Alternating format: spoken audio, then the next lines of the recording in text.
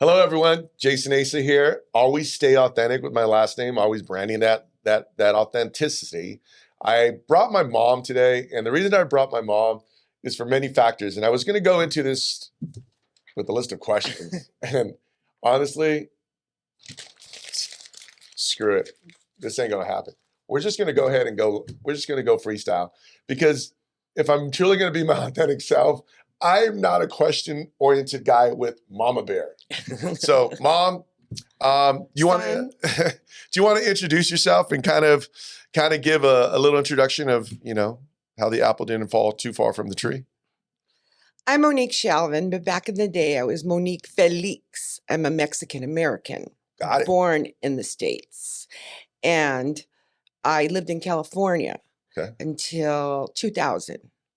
I've always been in the industry of people. I've either done human resources or sales. Mm-hmm. And out of the Mexican culture, I got young pregnancy producing. How many years are we apart? 10 years? Us? No, I was thinking, I had my son at 19, let's put it that way. Right. And so we grew up together. So we have a special bond because it was like a child raising a child. And I think that's what makes our relationship so special. Fast forward in 2000, my husband got a promotion with the company he was employed by, and we moved to Orlando. They relocated us. Came out here, didn't know a soul, had to do something. So I went and said, I'm going to get my mortgage license. Got my mortgage license. Then I found out realtors make more than mortgage brokers. So I went and got my realtor's license and didn't know what I was doing, walking in the dark, just taking a walk in that park. Yeah. Got a yellow pages. They used to have them. Remember the yellow pages? Yeah, the Bible. Yeah. So the way I started, sit down, the yellow pages. Mr. Anderson. Hi, this is Monique. I'm a realtor. Would you like to buy or sell a house? I did that for a long time. And then one day my son, Jason, comes upstairs. You got to go back. Wait, where was I living at this time? In Orlando, in the studio apartment above our garage. I was living above a garage in a studio apartment. And truth be told, I really came downstairs not to hang out, Mom. I'm going to be honest with you. I love you to death. I saw you all the time. Because truth be told is I had natural light beer because I had no money. And you had the good wine downstairs. So I know when you got in the door, I could drink your wine. Okay, so you were mooching. Totally mooching. And then the free food as well.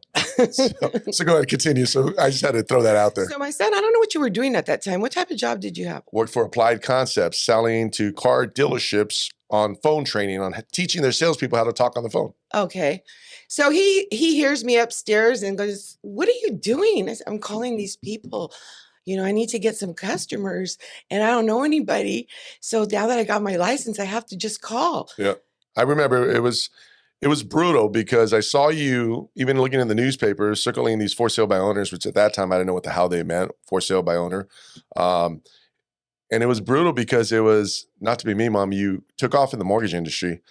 The real estate industry, you took a little bit longer. It was 3 months in and you were still like, I don't understand why I can't do this. And you forgot to also mention that job that I did have while I was broke. I was driving your old white station wagon with no AC. The Taurus. The Taurus, yeah. that was really fun. So go ahead and continue. What happened from that point on? So you were listening to me, and since you were selling the service to car dealerships to audit how people were treated in customer service, you came up and said, I have some recommendations, Mom. You're struggling on the phone. And so you gave me like different approaches to how to handle the dialogue. And so you sat down and we started doing it together and we took off from there. That's all she wrote. Truly, that's what it was. It was one call that I had with a gal in Lake Mary, and we got the listing appointment, and then I pretended that I was your assistant because I didn't have a real estate license. I didn't have a license, and I did talk on my other podcast that I took the real estate test 13 times before I finally passed it, and that's all that she wrote. But what was unique is when we started off in this industry, we didn't have the tools of a CRM. We didn't have the tools of all this organization, the technology that we have now. We would do it some old school ways, and we got the job done. It's something that's far or foreign, I would say, which is called work ethics. You know, you are now currently semi-retired, semi coming back in. What's your current, where are you at these days now, Mom?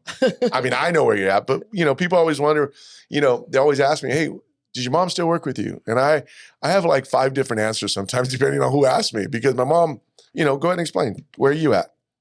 Well, I'm trying to get back into finding my life. Okay. 2 years ago, my son got sick and he passed away from leukemia, just recent. It took me out of life for 2 years. My brother Mitch. Mhm. Yes. And so I'm trying to re-find my purpose in life. When you take care of someone for 2 years, that is your life. Mhm. And as you could tell, I still get emotional, Yep. but I'm realizing that I still have something left in me, like Okay.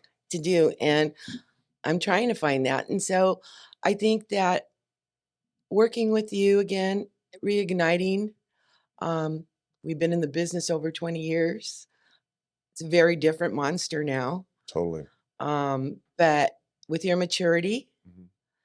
and my maturity, I think it's a force together now at this point. We've both grown, we're both experienced.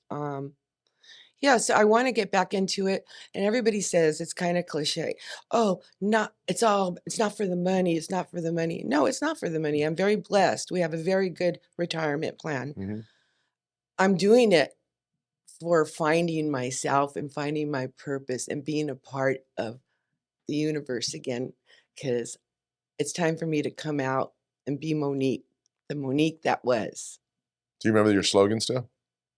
Be unique, go with Monique, That's one. who used to have the physique. There you go. Unique Monique with a physique, right? And then my Yes. nickname was Mr. Hollywood, Mr. Hollywood.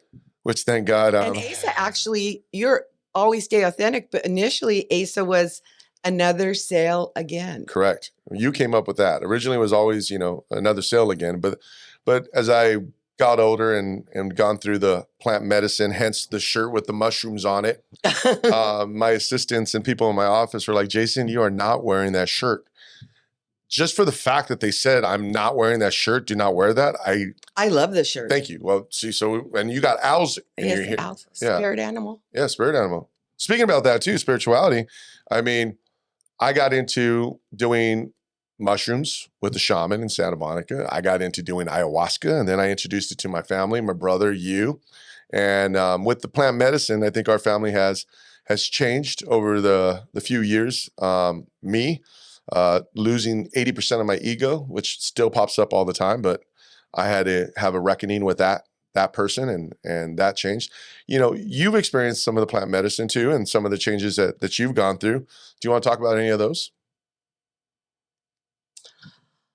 I would say that it is something that everyone should try to experience.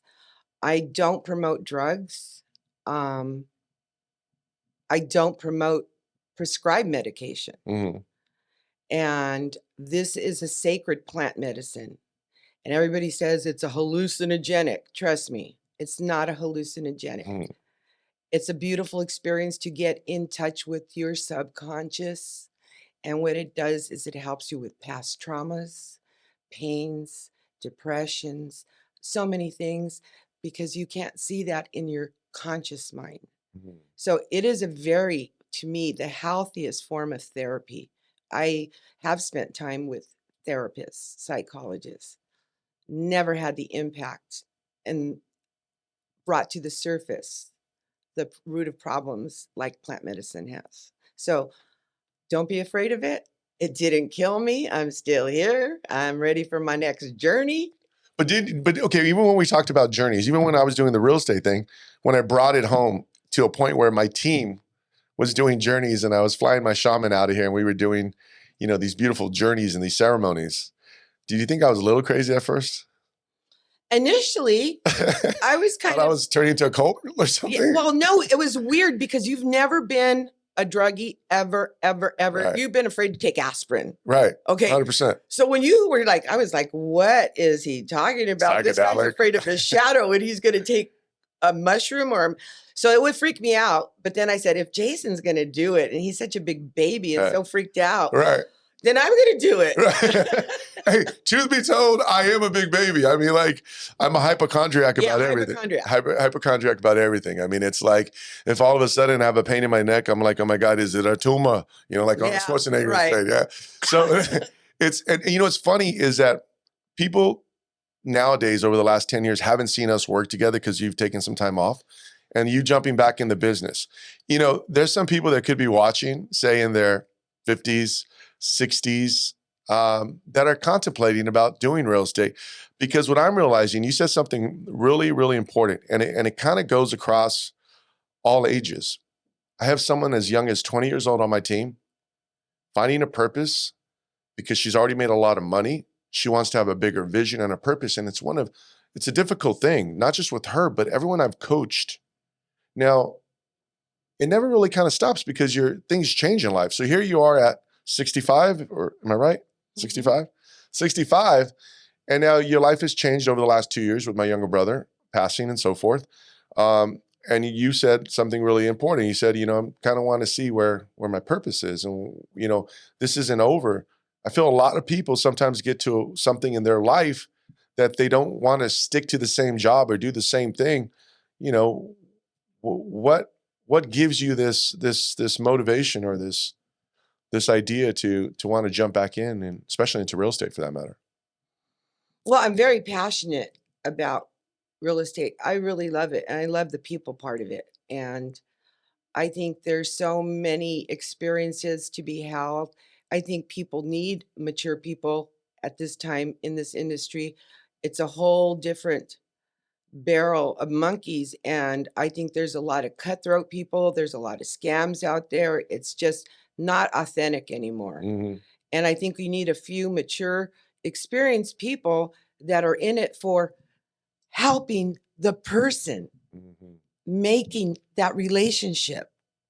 And 20 years later, still having that friend. The money is a benefit. Yeah. But it's not the purpose. Got it.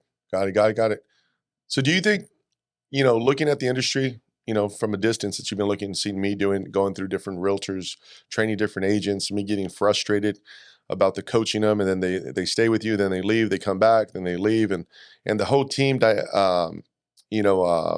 dichotomy, it's been very frustrating for me.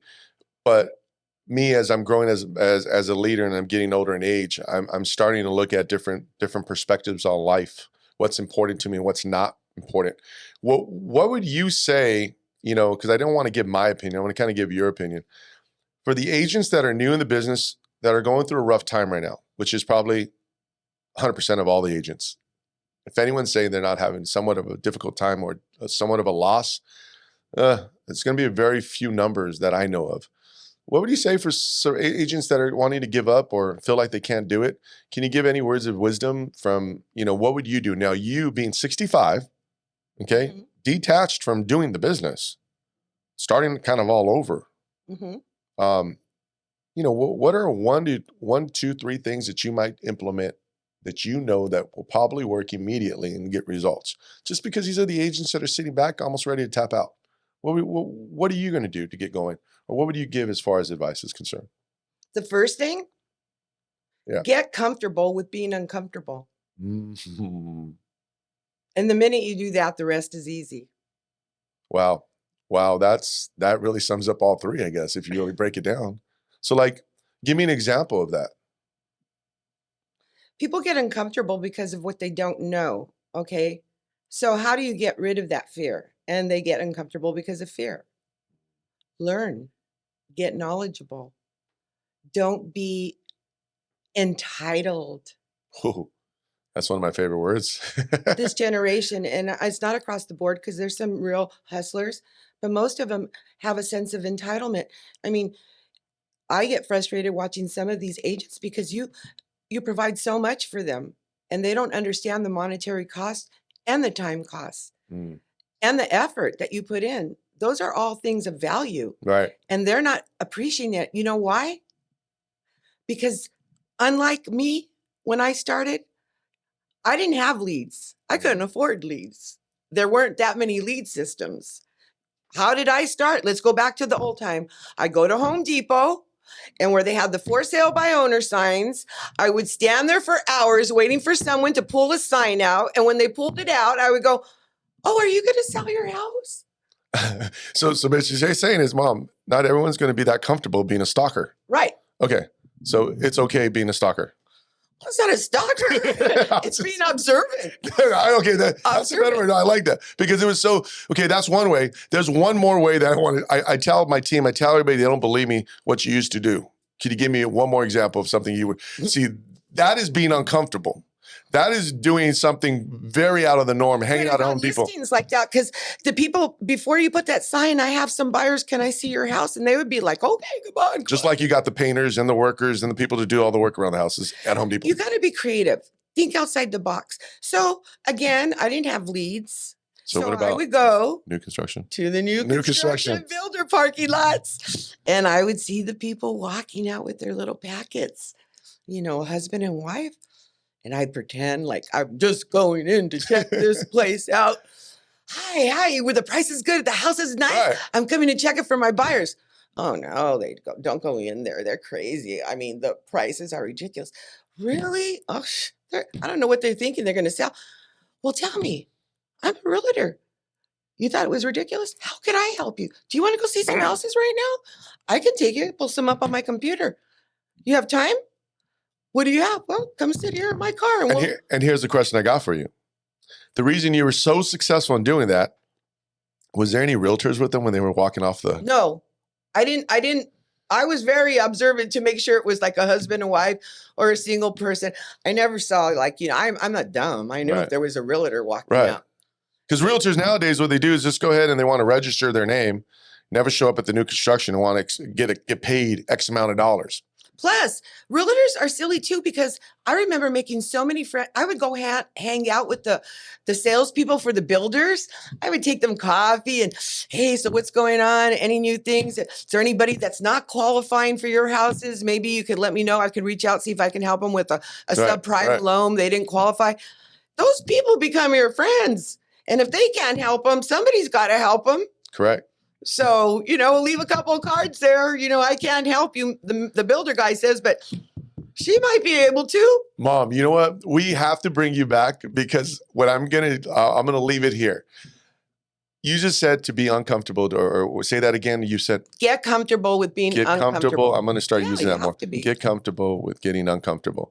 So we can probably say there's a good chance there might be a Monique sighting at a Home Depot, at their local Home Depot next to your nursery. I always go there still to this day. All right, you guys, it's here.